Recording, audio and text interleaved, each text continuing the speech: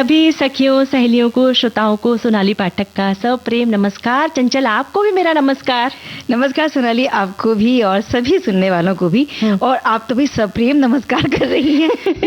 भैया देखिए, बात है कि प्रेम है ना, होना ही चाहिए। हाँ, हर चीज में अगर प्यार हो, प्रेम हो, स्नेह हो तो वो रिश्ता बहुत लंबा चलता है ना? बिल्कुल सही कहा। यानी हमारा रिश्ता भी लंबा चलेगा और हमारा जो रिश्ता हमारे श्रोताओं के साथ है वो भी लंबे समय से चला आ रहा है और आगे भी बहुत लंबा चलने वाला है। बस ये हम शुभकामनाएं दे सकते हैं। भाई किसी भी रिश्ते को नजर लगते देर नहीं लगती चंचल। ये तो बात आपने बहुत सही कही। कई बार बहुत प्रेम होने पर भी रिश्तों में जल्दी से कुछ खटास या कड़वाहट आने लगती है, तो वो नहीं होना चाहिए। अगर गहरा प्रेम है तो कहीं ना कहीं पहल करके हम उस चीज को कम कर सकते हैं। पर परिवार में कुछ ऐसे सदस्य होते हैं चंचल जो पूरे परिवार को जोड़ के रखते हैं, पूरे परिवार को बांध के रखते हैं अपने प्रेम से, अपने स्नेहिल छांव से, और उन्हें हम कह सकते हैं कि वो उस परिवार का आधार स्तंभ होते हैं। मैं समझ गई इशारा आपका, क्योंकि आज का हमारा विषय है एक व्यक्ति हर परिवार का आधार स्तंभ। अब वो माँ भी हो सकती है, बड़ा भाई भी हो सकता है, पिताजी भी हो सकते हैं, या फिर दादा दादी भी हो सकते हैं। आपके परिवार में आपका आधार स्तंभ कौन है, आप हमें जरूर बताइए।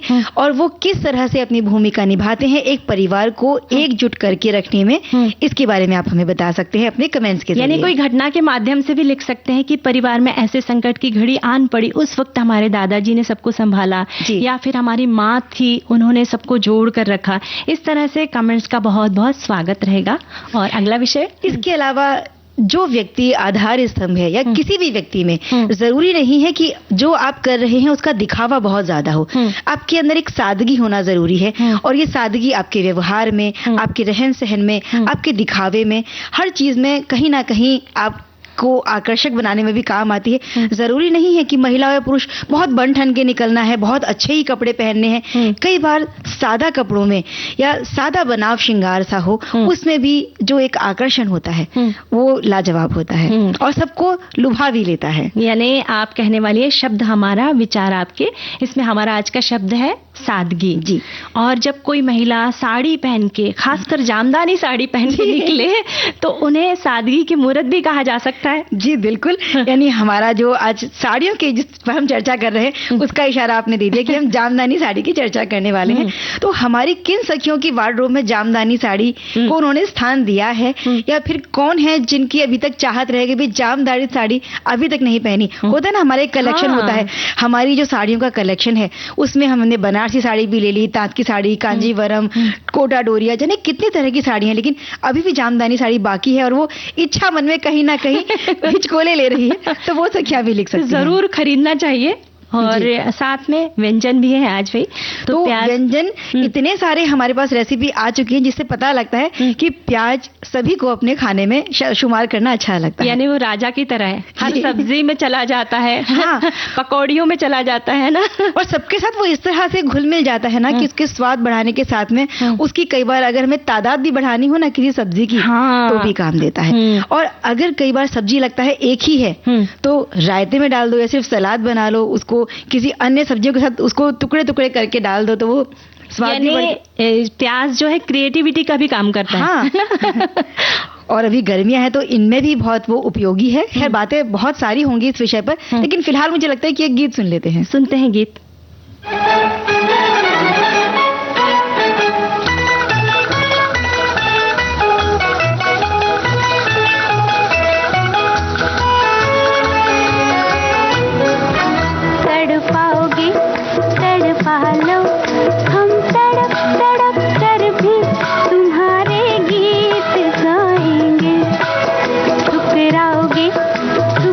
लो हम ठोकर खाकर भी तुम्हारे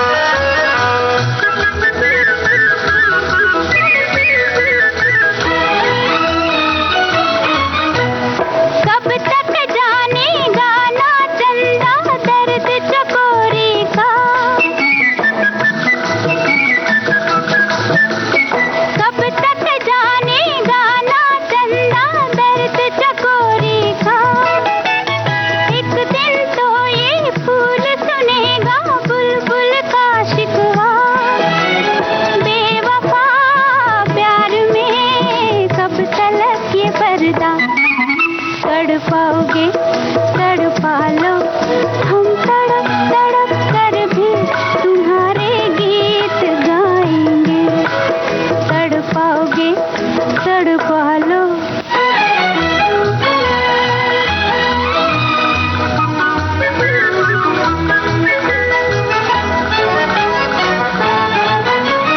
जिनकी खातिर हम फिरते हैं दीवाने बनके,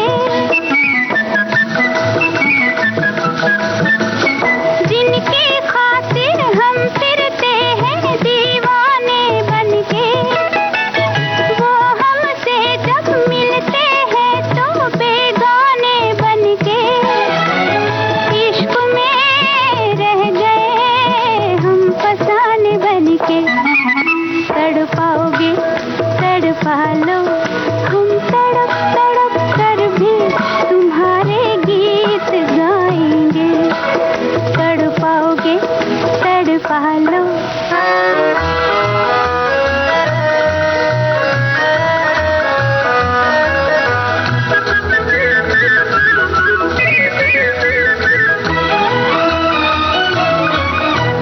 देख निशाने पर रखा है कब से मैंने दिल, देख निशाने पर रखा है कब से मैंने दिल। तीर चला क्या सोच रहा है वो भोले कातिल, क्या पता मौत ही प्यार की हो मंजिल। तड़पाओगे तड़पा लो, हम तड़प तड़प कर भी तुम्हारे गीत गाएंगे। तड़पाओगे तड़पा लो। सोनाली, बहुत मीठा सा गाना था।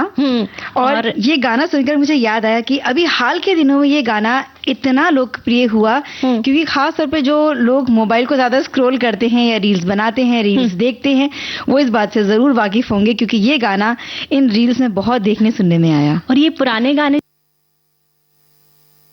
कितनी भी बार सुनो, बार बार सुनने का दिल करता है। बिल्कुल, और गाना अगर इतना मीठा हो तो जरूर सुनने का मन करेगा। फिलहाल हम चलते हैं एक बहुत खूबसूरत साड़ी के बारे में बताने के लिए, जामदानी साड़ी। जामदानी साड़ियां हथकरघा बुनकरों की कला और कौशल के उत्कृष्ट और सच्चे नमूने हैं। ये मनमोहक साड़ियां सदियों से फैशन जगत का हिस्सा रही है और अपने जटिल डिजाइनों, हल्केपन और बेजोड़ सुंदरता से लोगों को मंत्रमुग्ध भी करती रही हैं। बिल्कुल सोनाली, और जामदानी एक ऐसा शब्द जो कला और विरासत से जुड़ा हुआ है और एक सांस्कृतिक धरोहर भी इसे हम कह सकते हैं। इतिहास में गहरी जड़ों वाला जामदानी कपड़ा जो है वस्त्र जगत में अपना खास स्थान रखता है। जामदानी नाम अपने आप में ही इसका भावपूर्ण है, लेकिन इसका वास्तविक अर्थ है वो भी बहुत महत्वपूर्ण है। जामदानी दो फारसी शब्दों जाम और दानी से मिलकर बनाया गया है, जिनका अर्थ होता है फूल और फूलदान। और ये शब्द किसी भी, इस शब्द की उत्पत्ति जामदानी का जो सार है उसकी खूबसूरती जो है पूरी इसी में समाहित है, क्योंकि अपने पुष्पांकन रूपांकन जो होते हैं उसी के लिए साड़ियां जानी जाती हैं। यानी जो कपड़ों को बहुत सुंदर सुशोभित करते हैं इनके फूल पत्तियां। और जामदानी साड़ियों का इतिहास परंपरा और कौशल के धागे से बुनी हुई एक मधुर संगीत में रचना जैसा होता है। इन हथकरघा जामदानी साड़ियों का एक लंबा और आकर्षक इतिहास है जो प्राचीन काल से जुड़ा हुआ है। जामदानी कपड़े का इतिहास, संस्कृति, कला और विरासत की कहानी है। इस अद्भुत इतिहास के बारे में जानने के लिए समय से हमें पीछे जाना होगा। तो चलिए, कितना पीछे ले जा रही हैं आप हमें? 2 शताब्दी से भी अधिक समय से पहले जो है जामदानी साड़ियां वस्त्र जगत को सुशोभित करती आ रही है और अपनी अमिट छाप छोड़ गई है। ऐसा माना जाता है कि इन साड़ियों की उत्पत्ति प्राचीन ढाका में हुई थी। ढाका उन दिनों भारतीय उपमहाद्वीप में वस्त्र उत्पादन का एक प्रमुख केंद्र रहा और यहीं से जामदानी कपड़े की साड़ियों की जड़ें जमी हुई है। इन साड़ियों की बुनाई, तकनीक और डिजाइन पीढ़ियों से प्रेम पूर्वक आगे बढ़ाते रहे और अपने साथ अद्वितीय कलात्मक की विरासत को संजोए हुए है। बिल्कुल, और जामदानी साड़ियां न केवल जो अपने खास डिजाइन है उनके कारण, बल्कि इनकी बुनाई की जो बारीक विधि है उसके कारण भी ये बहुत सुंदर होती हैं। और इन्हें बनाने की जो प्रक्रिया है उन बुनकरों की प्रतिभा और लगन को समर्पित होती है, क्योंकि वो बड़े लगन से इन्हें तैयार करते हैं। और इनकी बुनाई में समय भी बहुत लगता है, क्योंकि इनकी जो उच्च स्तर की बुनाई होती है और बारीक है, इसमें बहुत ज्यादा कुशलता की जरूरत होती है सोनाली। इसीलिए मुश्किल से मुश्किल जो डिजाइन इसमें बनाई जाती हैं किसी यांत्रिक साधन के बिना, यानी कि हथकरघे से बनाई जाती हैं, किसी मशीन का इस्तेमाल नहीं होता। और बुनकर जब बुनाई करते हैं तो उस समय ही फूल के डिजाइन कपड़ों में बुनते चले जाते हैं साथ साथ, ताकि कोई बाधा ना आए और बहुत एक सुंदर डिजाइन बन के तैयार हो जो बड़ा मनमोहक लगे। यानी हम जब साड़ी खरीदते हैं तो बस कह देते कि अरे कितनी महंगी है साड़ी, पर उसके पीछे कितने लोगों की मेहनत होती है ना। और इस पारदर्शी बुनाई प्रक्रिया से हल्का और हवादार कपड़ा बनता है जो जामदानी साड़ियों को दक्षिण एशिया के गर्म मौसम के लिए अनुकूल बताता है। और बुनाई के पारदर्शी होने से कपड़े में हवा का प्रवाह बना रहता है, जिससे पहनने वाले को ठंडक और आराम मिलता है। और जामदानी साड़ियां अपने विभिन्न प्रकार के कपड़ों और खूबसूरत डिजाइनों के लिए प्रसिद्ध है। इन साड़ियों को आकर्षक बनाने में इस्तेमाल होने वाले कपड़े और डिजाइनों की अहम कपड़े उपलब्ध है, लेकिन सूती कपड़ा सबसे लोकप्रिय विकल्पों में से एक माना जाता है। और जामदानी साड़ियों में महीन सूती धागों का इस्तेमाल उन्हें रोजाना पहनने के लिए उपयुक्त बनाता है। अगर इसमें विलासिता का स्पर्श जोड़ना चाहते हैं तो रेशम भी एक बढ़िया विकल्प है। और भाई अब जो गर्मियों के दिन आ रहे हैं, तब अगर ऐसा कोई हवादार मलमल जैसा सूती मुलायम कपड़ा मिल जाए, जिसे हम कह सकते हैं जामदानी साड़ी, अगर वो हो तो पहनने का मजा ही आ जाता है। और जामदानी कपड़े की एक खास किस्म है खादी, जो अपने आप में अनूठी बनावट और आराम के लिए जानी जाती है। जामदानी साड़ियों पर बने जो रूपांकन होते हैं, इनके पैटर्न हैं, वो आंखों को भी बहुत भाते हैं। ये जामदानी रूपांकन महज सजावट नहीं होते, बल्कि इनका सांस्कृतिक और ऐतिहासिक महत्व भी होता है, जो हर जामदानी साड़ी के लिए एक अनूठा नमूना उसे बना देता है। और उसमें कई किस्म की साड़ियां आती हैं जामदानी में भी, जिसकी हर साड़ी की अपनी अनूठी विशेषता है और सुंदरता भी है। इनके बारे में बात करेंगे, लेकिन पहले एक गीत सुन लेते, क्योंकि ये सारी जानकारियां हमारे श्रोताओं ने भी हमें लिख तक पहुंचाई हैं। सुनते हैं गीत। आजा पिया तो है प्यार दूं, ओ गोरी भैया तो पे वार दूं, किस लिए तू इतना उदास, सूखे सूखे होंठ अखियों में प्यास, किस लिए हो।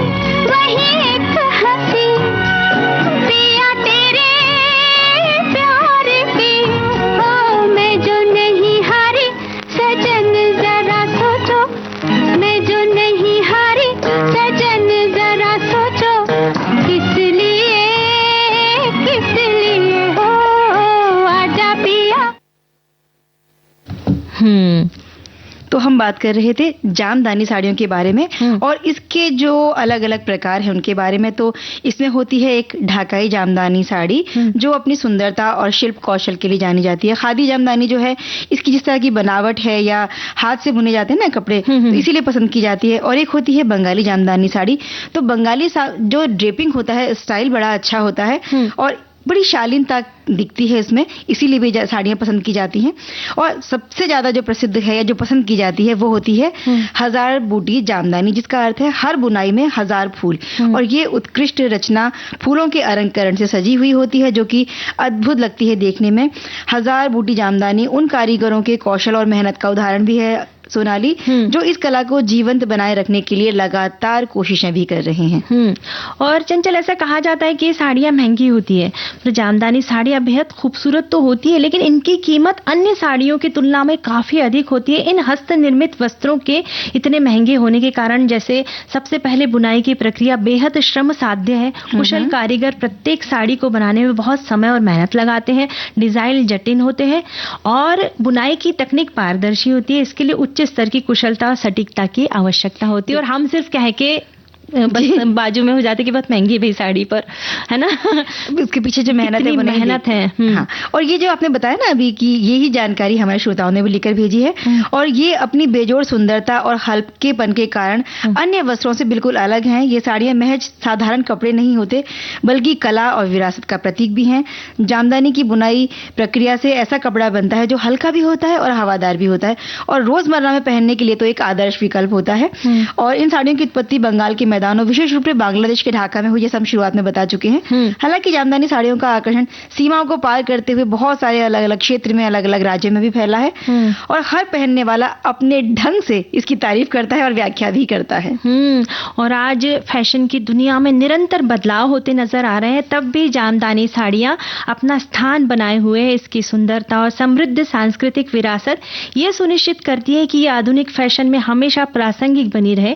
आज के समकालीन डिजाइनर और फैशन प्रेमी जामदानी साड़ियों को अपना रहे हैं और उन्हें नए और इनोवेटिव स्टाइल में शामिल कर रहे हैं।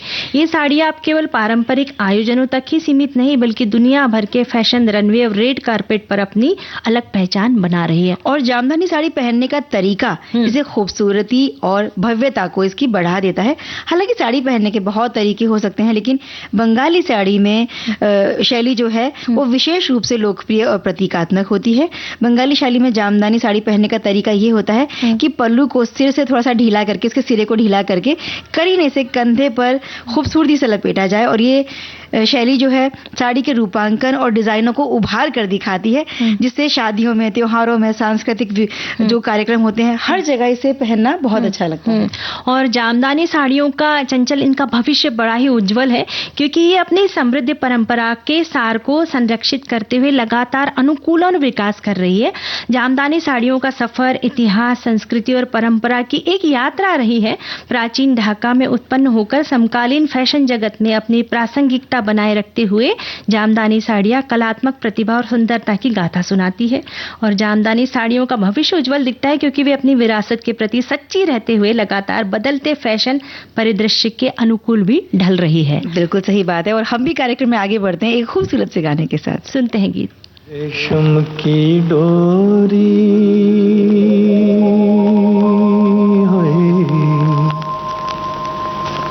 रेशम की डोरी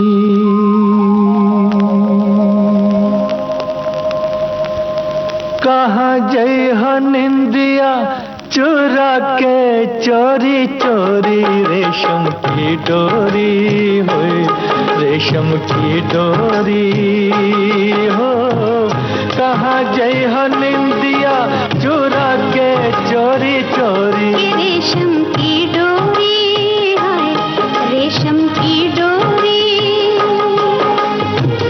कहाँ जाऊंगी मैं, तू है चंदा मैं चकोरी। पीपल की छैया हो, पीपल की छैया हो, तेरे मेरी एक जिंदगी हो मेरे सैया। पीपल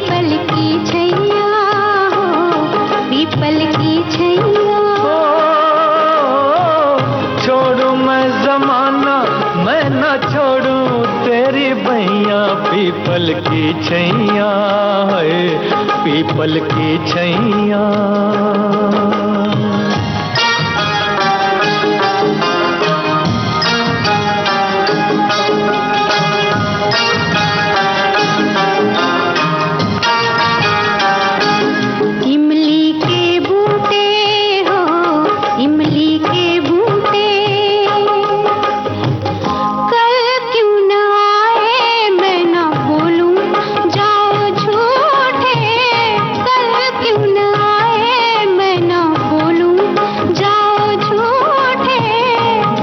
मजा आए मैं मनाऊं और तू रूठे, और तू रूठे। कोठे पे यारी है, कोठे पे यारी।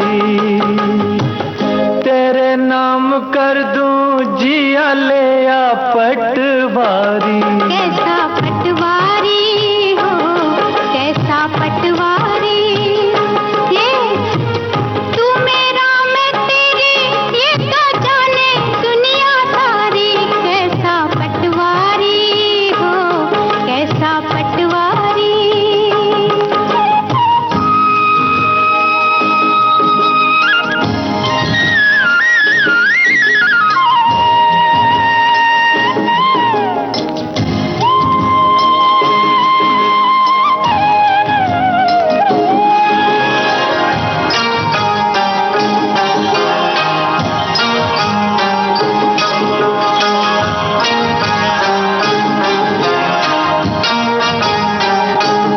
पर्वत पे झरना हो, पर्वत पे झरना, कोई सुन लेगा चुपके चुपके बातें करना। कोई सुन लेगा चुपके चुपके बातें करना।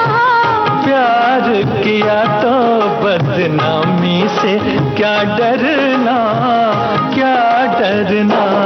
कुर्ता मलमल का हो, कुर्ता मलमल का।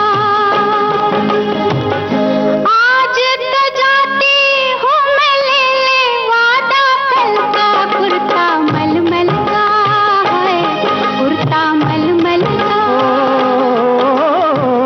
कल का भरोसा क्या भरोसा नहीं पल का। कुर्ता मलमल का है, कुर्ता मलमल का।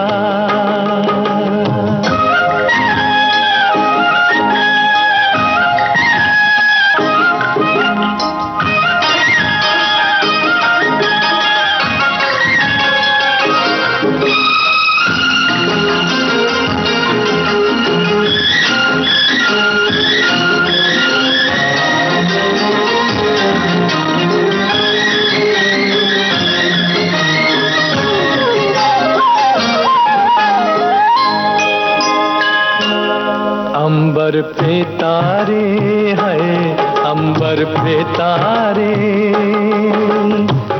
जीने नहीं देंगे तेरे नैना कजरारे। जीने नहीं देंगे तेरे नैना कजरारे। जीना हो जिसे वो आए क्यों प्रीतम के द्वारे, प्रीतम के द्वारे। मिस्री की डलियां है, मिस्री की डलियां। प्यार में कांटे हैं ज्यादा थोड़ी कलियां। मिस्री की डलियां हो, मिस्री की डलियां।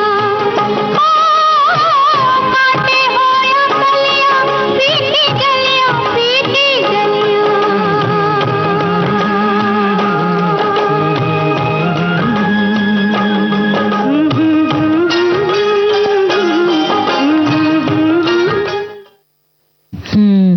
तो चंचल, कहिए। मैं देख रही थी कि पूरी तरह आप मग्न हो गई थी गाने में, और बिल्कुल आपका ध्यान ही नहीं था गाने में मग्न होने के अलावा मैं भाई हमारे श्रोता जो हमें अच्छे अच्छे संदेश लिखकर भेज रहे हैं वो भी मैं उन्हें मग्न हो गई थी, क्योंकि बड़ी अच्छी अच्छी बातें लिखकर भेजी है उन्होंने परिवार के आधार स्तंभ को लेकर। अच्छा। एक हमारे साथी लिखते हैं चंचल, एक व्यक्ति जो पूरे परिवार का आधार होता है उसमें मेरे हिसाब से गुण ऐसे होना चाहिए, सभी परिवार के सदस्यों को एक साथ लेकर चलना जरूरी है। इनका मानना है कि सभी की प्रॉब्लम समझना, सभी की समस्याओं का समाधान करना, कि हमें अगर एक परिवार का कोई सदस्य प्रिय है तो हम उसी के प्रॉब्लम को समझे, उसी को सुने। बहुत घरों में ऐसा होता है कि एक परिवार का सदस्य बहुत लोगों को प्रिय होता है, प्रिय होता है। हाँ। जो घर का मुखिया होता है वो सिर्फ उसी सदस्य के बारे में सोचता है, लेकिन बाकी सदस्यों की भलाई के बारे में बिल्कुल नहीं सोचता। तो मेरा ख्याल है कि हमें जो मुखिया होते हैं घर के, वो आधार होते हैं, तो उन्हें पूरे परिवार को साथ लेकर चलना चाहिए, पूरे परिवार की समस्याओं को सुनना चाहिए और उनका समाधान करना चाहिए। कोई भी फैसला लेने से पहले ध्यान में रखना चाहिए कि मेरे हिसाब से वही व्यक्ति परिवार का सच्चा आधार है और एक घर का मुखिया, उसमें सारे गुण होना चाहिए। बिल्कुल, बहुत सही बात लिखी है और हम भी सहमत हैं उनकी बात से कि बिल्कुल एक जो परिवार का आधार स्तंभ है उसमें ये गुण होना जरूरी है। और एक परिवार में बहुत सारे सदस्य होते हैं ना सोनाली, हर किसी का अपना स्वभाव होता है, अपनी सोच होती है और परिवार में उसकी व्यक्तिगत एक भूमिका भी अलग होती है। फिर भी इन सबको एक सूत्र में पिरोकर जो रखता है वो एक विशेष व्यक्ति होता है और हम उसी व्यक्ति को कह सकते हैं कि वो परिवार का आधार स्तंभ है। और ये व्यक्ति जो होता है वो न केवल आर्थिक रूप से बल्कि भावनात्मक, मानसिक और नैतिक स्तर पर भी पूरे परिवार को संभालता है और पूरे परिवार का संतुलन बनाए रखने के लिए भी वो एक केंद्र होता है। और एक हमारे साथी लिखते हैं, एक व्यक्ति अपने परिवार का आधार स्तंभ होता है जो भावनात्मक समर्थन, वित्तीय सुरक्षा और बच्चों के पालन पोषण में निस्वार्थ भूमिका निभाता है। ये सदस्य कठिन परिस्थितियों में शांति बनाए रखते हुए बच्चों को संस्कार और नैतिकता सिखाकर परिवार की एकता सुनिश्चित करते हैं और परिवार के बिना व्यक्ति का अस्तित्व अधूरा माना जाता है। बिल्कुल, जो आधार स्तंभ है परिवार का, उसकी उपस्थिति परिवार के सभी सदस्यों को सुरक्षा और विश्वास का अनुभव करवाती है। और जब कठिन समय आता है किसी भी परिवार पर, उस वक्त भी वो उस परिवार को टूटने नहीं देता बल्कि और ज्यादा मजबूती से वो वहां खड़ा रहता है। और परिवार का आधार स्तंभ कोई निश्चित व्यक्ति नहीं, जैसा हमने शुरुआत में ही बताया, वो पिता, माँ, बड़ा भाई, दादा दादी, नाना नानी, कोई भी हो सकता है, क्योंकि उनके पास अनुभव होता है और वो परिवार को इस तरह से एक दिशा दे सकते हैं और कठिन समय में जिम्मेदारी को संभालते हुए बाकी लोगों का मार्गदर्शन भी सही से कर सकते हैं। हमारे एक साथी लिखते हैं कि हर परिवार में एक आधार स्तंभ होता है। हमारा भारतीय समाज पुरुष प्रधान है, इसलिए ज्यादातर परिवारों में परिवार की बागडोर पुरुष के हाथों में होती है। पर समय बदला है और आज के समय में महिलाएं आत्मनिर्भर बनी है, इसलिए अब देखा जाता है कि ज्यादातर परिवारों में महिलाएं भी आधार स्तंभ है। मेरा भी कोई न कोई एक व्यक्ति जो परिवार को जोड़े रखता है, मेरा भी ये मानना है कि कोई न कोई एक व्यक्ति जो परिवार को जोड़े रखता है उसे ही आधार स्तंभ मानते हैं, चाहे वो कोई भी सदस्य हो सकता है।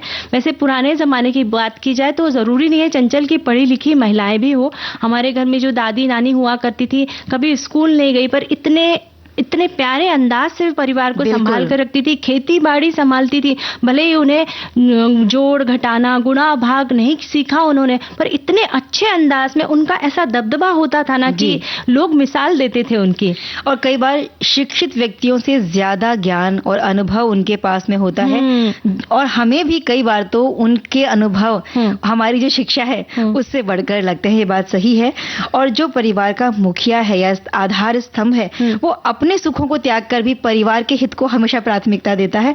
अपने सपनों को पीछे छोड़कर वो परिवार के सपनों को पूरा करने की कोशिश करता है। यानी ये बहुत जरूरी है कि खुद अगर आप समर्पण के भाव से आगे बढ़ेंगे, जुड़ेंगे, तो सामने वाला बिल्कुल भी उसी भाव से जुड़ता है। अगर आपने डांट भी दिया तो कहेंगे कि नहीं, ये हमारी भलाई के लिए डांट रहे हैं। नहीं तो आजकल तो क्या छोटी छोटी बात पर लोगों को बुरा लग जाता है और मैं से ज्यादा उनमें हम की भावना होती है। तो हम भी अब इस समय हमारे श्रोताओं के साथ मिलकर एक गीत सुन लेते हैं। ब्रेक लेते हैं अभी जी।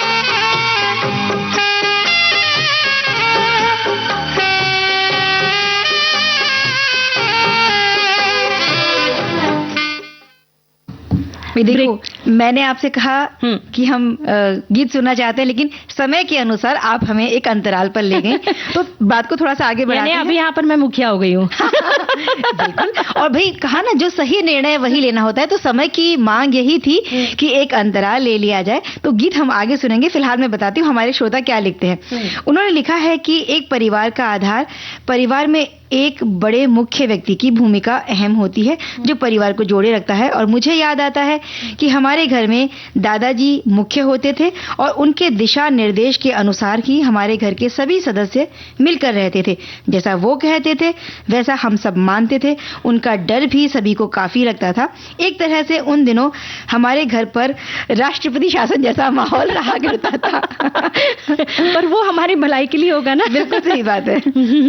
और हमारे एक साथी लिखते हैं, हर परिवार की मजबूती किसी एक व्यक्ति के कंधों पर टिकी होती है। यह व्यक्ति कभी पिता के रूप में, कभी माँ के रूप में, तो कभी बड़े भाई बहन के रूप में सामने आता है।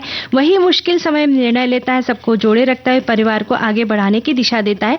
उसका त्याग अक्सर दिखता नहीं, लेकिन उसी के कारण परिवार में संतुलन, सुरक्षा और विश्वास बना रहता है। बिल्कुल, क्योंकि वो सदस्य सबको समान भाव से जो देखता है उसका यही सबसे बड़ा गुण होता है। और उसके व्यवहार में स्नेह और सभी रिश्तों के लिए सम्मान भी रखता है और इसी वजह से रिश्तों में मिठास बनी रहती है, सोनाली। और परिवार के सदस्यों के बीच में मतभेद हो जाना भी स्वाभाविक सी बात होती है, लेकिन इन आधारित स्तंभों के मतभेदों को सुलझाकर एकता बनाए रखने का काम यही आधारित स्तंभ करता है। यानी ये बात है चंचल कि भले ही मतभेद हो जाए पर मनभेद नहीं होना चाहिए। बिल्कुल, जब मनभेद हो जाते हैं ना, तो हम ऐसा मन में ऐसी खटास आ जाती है कि हम एक दूसरे का मुंह देखना नहीं चाहते। उस वक्त जो मुखिया होते हैं ना, वो बीच बचाव का काम करते हैं।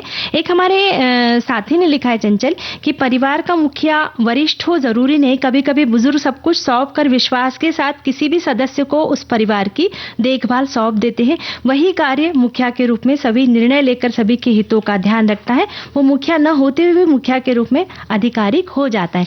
यानी जरूरी नहीं है कि अब बिल्कुल बुढ़ापा आ गया है तो भी सत्ता अपने हाथ में संभाले हैं। कोई अपने घर का ऐसा समझदार व्यक्ति है भाई कि वो अच्छे से सबको बांध कर रख सकता है, तो उसे भी सत्ता सौंपने में कोई बुराई नहीं है। बिल्कुल, ये जो परिवार का आधार स्तंभ होता है, ये जब कठिनाई का या संकट का समय आता है तो आगे बढ़कर समाधान खोजता है, सबको सहारा देता है, बांध कर चलता है और बच्चों को सही शिक्षा और संस्कार देने का काम भी करता है। सभी बड़ों का सम्मान, छोटों को स्नेह, जीवन के मूल्यों को समझना और समझाना, ये काम भी उसके होते हैं। और अब गाना सुन ले। बिल्कुल, सुनते हैं गीत।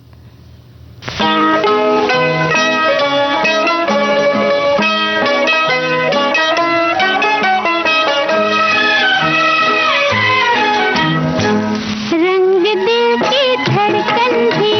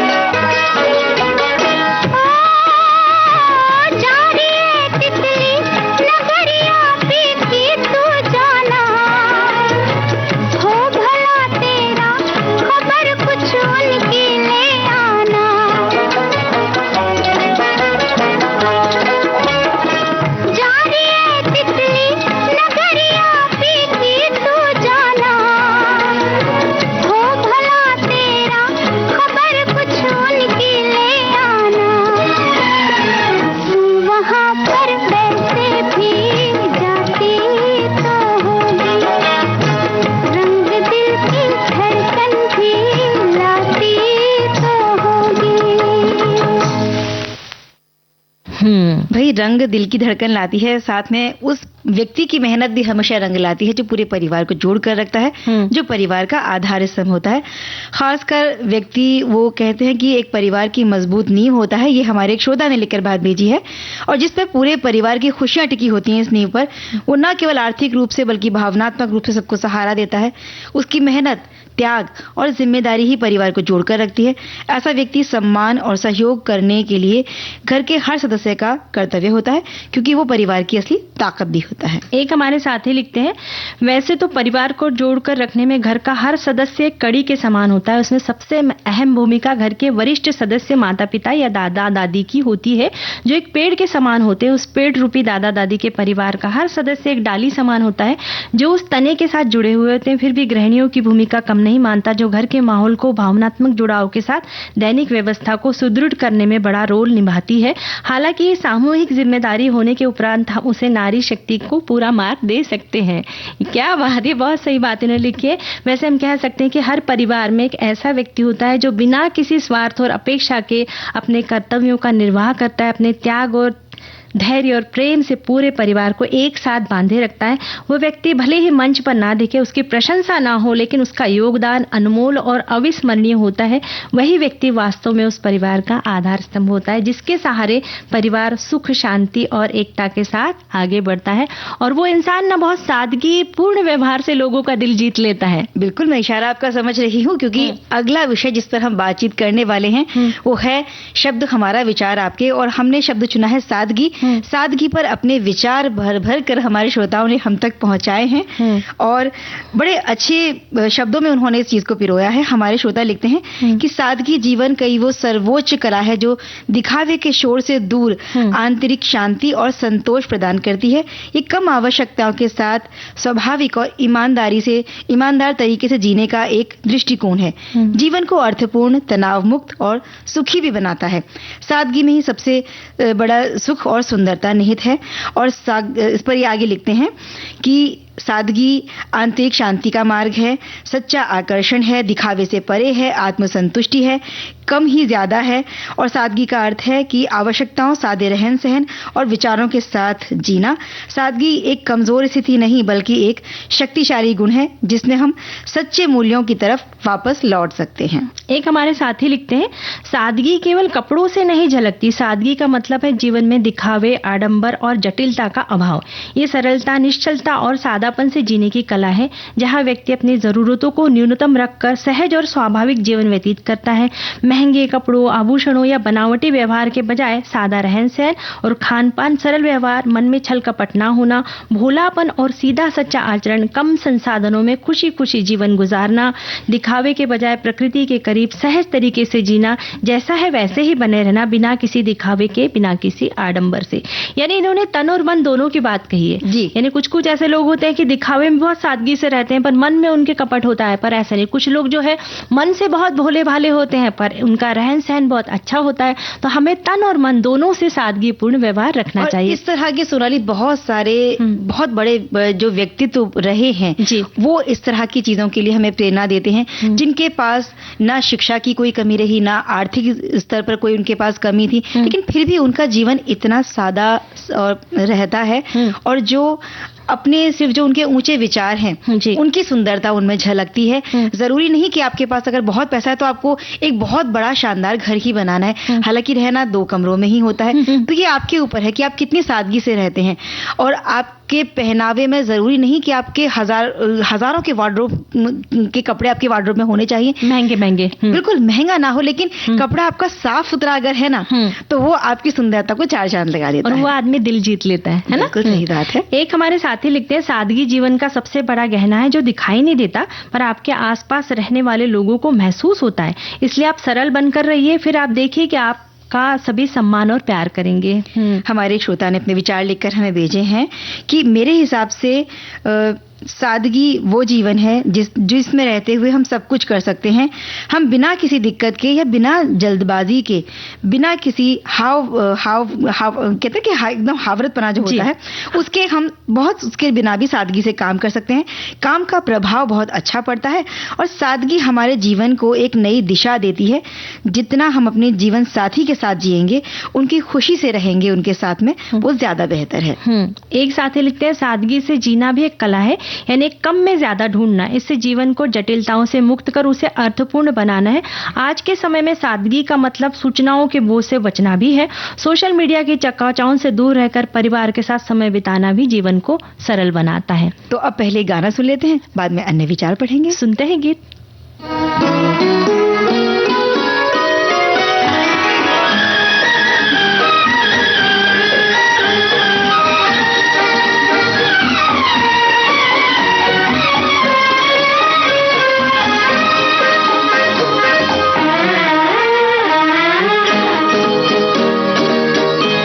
तेरी सादगी, ये तेरा बांकपन, ये तेरी सादगी, ये तेरा बांकपन, जान बहार जान चमन, जान बहार जान चमन, हर तौबा शिकन, तौबा शिकन, तौबा शिकन।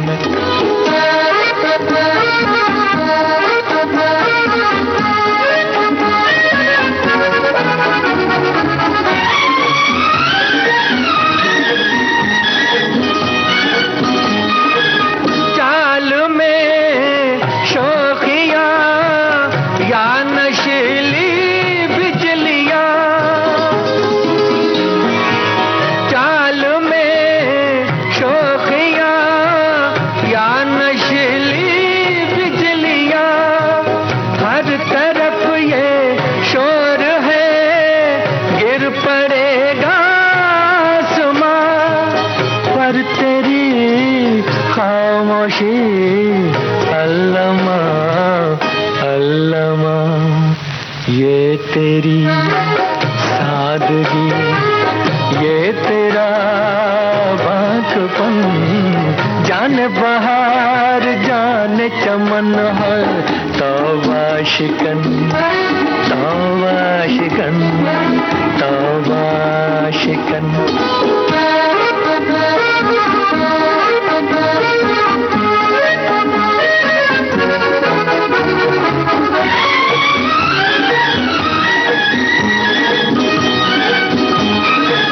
तिरछी नजरों से न देखो आशिक़े दिलगीर को,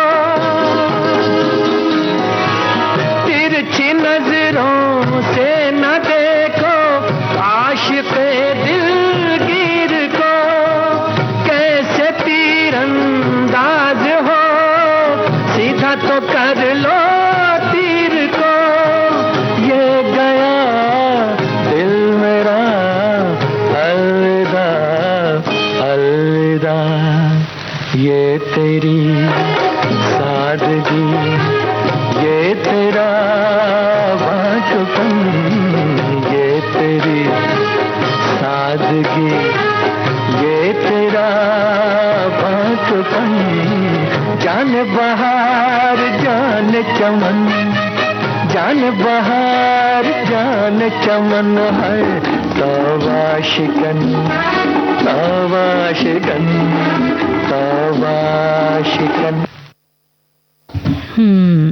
बिल्कुल, ये जो गाना था इसमें भी सादगी झलक रही थी। और सादगी पर अन्य विचार जो हमारे श्रोताओं ने लिखकर भेजे हैं। एक श्रोता ने लिखा है कि सादगी से जीवन जीने पर तनाव कभी नहीं होता, बल्कि शांति मिलती है। हमारी मूलभूत आवश्यक चीजों को छोड़कर किसी भी चीज की लालसा हमें नहीं करनी चाहिए, बल्कि हमें अपना जीवन सरल और सादगी से जीना चाहिए। जितने कम संसाधन का उपयोग होगा, हमारे जीवन और प्रकृति दोनों के लिए अच्छा होगा। बहुत सही बात लिखी है। और एक साथी लिखते हैं, सादगी जो सहज और सरल तरीके से समझ में आ जाए वो सादगी है। कोई भी अस्त व्यस्त, भ्रमित, दुविधाग्रस्त और दबाव में नहीं रहना चाहिए। भीड़ चाहे लोगों की हो या वस्तुओं की, इच्छाओं की हो या अपेक्षाओं की, व्यक्ति की एकाग्रता को भंग करती है और उसे जीवन के अधिक महत्वपूर्ण कार्यों के प्रति उदासीन बनाती है।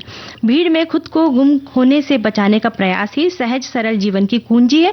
इसलिए सादगी हमें हमेशा आकर्षित करती है। क्या बात है, बहुत अच्छे विचार लिखकर भेजे हैं। और सादगी यानी सिंप्लिसिटी, इसका अर्थ है बनावट। ये हमारे श्रोता ने लिखी है बात। और आगे ही लिख रहे हैं कि आडंबर और दिखावे से मुक्त होकर सहज सरल और निश्चल जीवन जीना ही सादगी है। ये प्रकृति के अनुसार रहने, आवश्यकताओं को सीमित रखने, मानसिकता, स्पष्टता, ईमानदारी को अपनाने का एक जीवन शैली है। ये न केवल तनाव मुक्त जीवन जीती है बल्कि शांति और आंतरिक संतुष्टि का मार्ग भी सादगी है। और एक साथी लिखते हैं, सादगी में छिपी खूबसूरती बाहरी दिखावे से परे आंतरिक शांति और सरलता और शालीनता का प्रतीक है। ये सहजता से जीवन जीने, मिनिमलिज्म को अपनाने और स्वभाव में पवित्रता लाने का एक तरीका है जो व्यक्तित्व को आकर्षक और अद्वितीय बनाती है। बिना श्रृंगार के भी चमकता चेहरा और सादा व्यवहार भी सच्ची सुंदरता है। बिल्कुल सही बात है। और बहुत लोग ऐसे होते हैं जिन्हें शायद बहुत बनी सवरी महिलाएं नहीं बल्कि सादा तरीके से जो महिलाएं रहती हैं वो अच्छी आती है। ये तो खैर अपनी अपनी पसंद की बात होती है। कई बार हमें लगता है कि नहीं, कहीं कहीं अगर बनाव श्रृंगार जरूरी है तो कर लेना चाहिए, लेकिन सादगी में भी अपना एक अलग आकर्षण होता है। और आगे एक अन्य श्रोता के विचार में आपको पढ़कर सुनाती हूँ सोनाली। ये कहते हैं कि सादा जीवन विभिन्न स्वैच्छिक प्रथाओं से किसी जीवन को सादगी भरा बनाने के लिए एक जीवन शैली है। उदाहरण के लिए इन कार्यों में अपनी संपत्ति को कम करना, जिसमें आमतौर पर मिनिमल्स कहा जाता है, ये बढ़ती आत्मनिर्भरता में शामिल हो सकते हैं। सादे जीवन की विशेषता है इसमें उस व्यक्ति से संतुष्ट हो जाते हैं जो बजाय कि कुछ और चाहते हैं। इसी तरह के विचार इन्होंने आगे भी लिखे हैं। और अब गीत सुन ले एक। जी।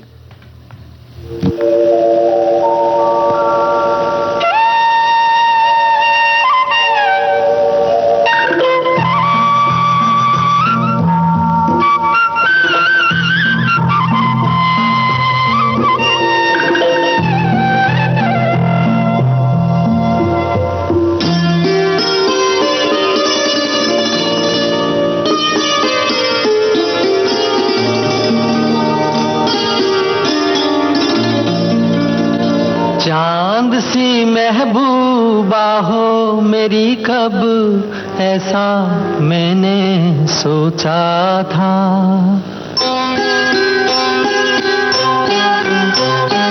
हाँ, तुम बिल्कुल वैसी हो जैसा मैंने सोचा था।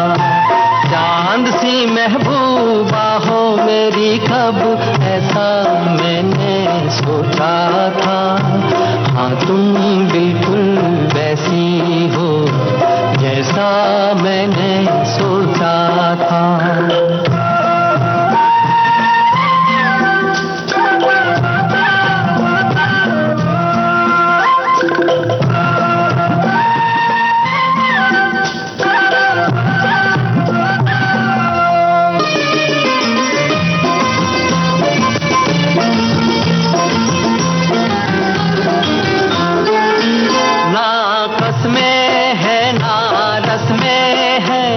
शिकवे हैं ना वादे हैं,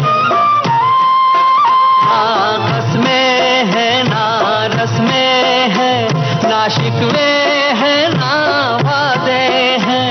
एक सूरत भोली भाली है, दोनों ना सीधे सादे हैं, दोनों ना सीधे सादे हैं।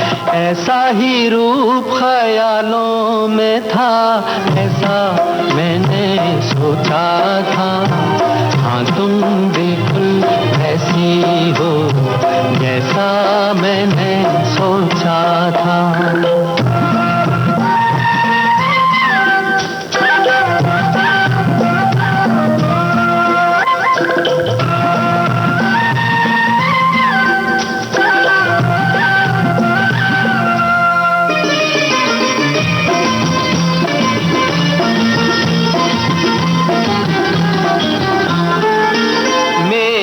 खुशियाँ ही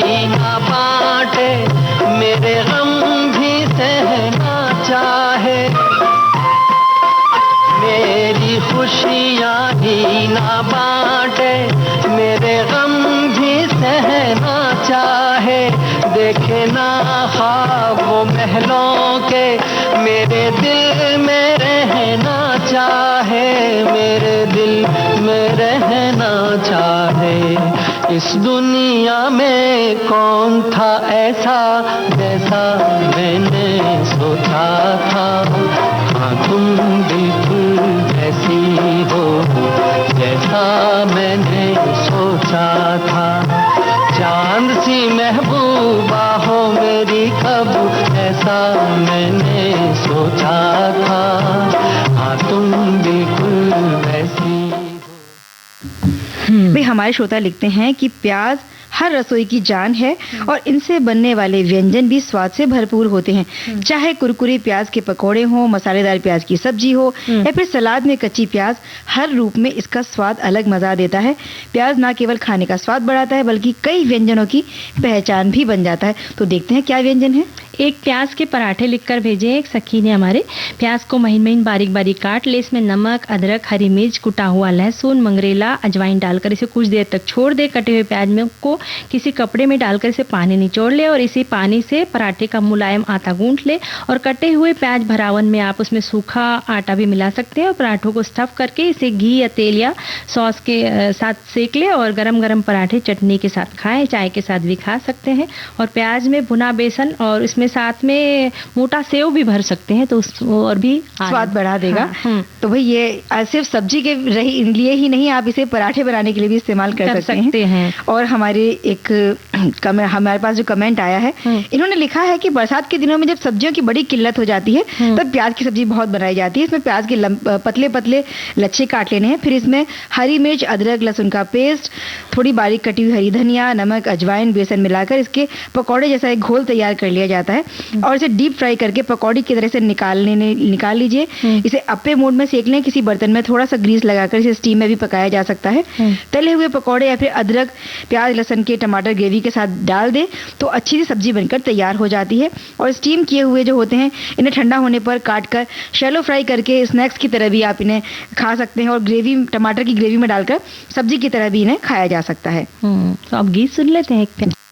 मेरे तुम्हारे बीच में अब तो ना पर्वत ना सागर, इस दिन रहे ख्यालों में तुम, अब हो जाओ जागर, अब आन मिलो सजना, अब आन मिलो सजना, सजना मेरे तुम्हारे बीच में अब तो ना पर्वत ना सागर, इस दिन रहे ख्यालों में तुम, अब हो जाओ जागर, अब आन मिलो सजना, अब आन मिलो सजना, सजना।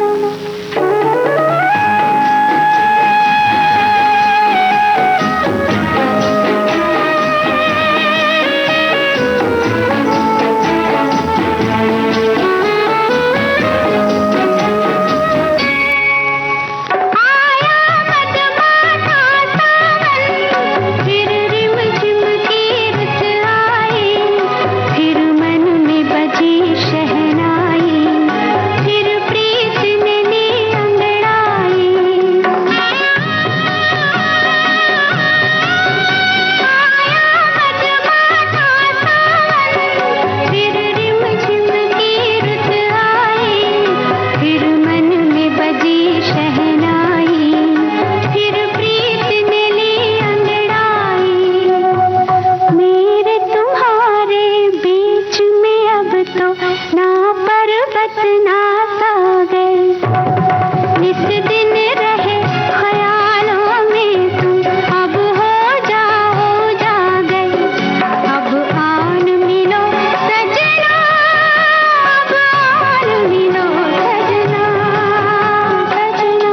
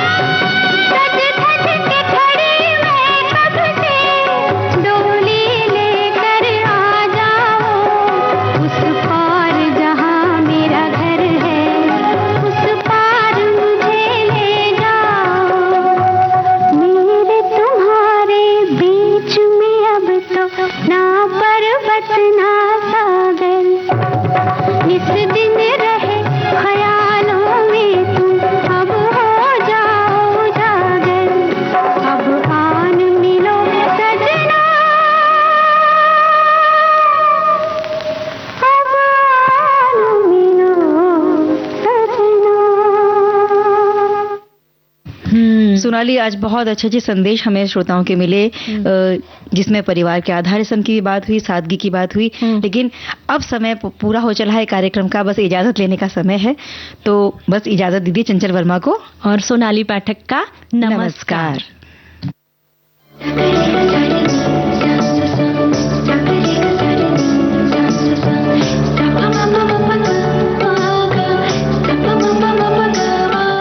सखी सहेली कार्यक्रम की प्रस्तुतकर्ता अनुश्री पाठक।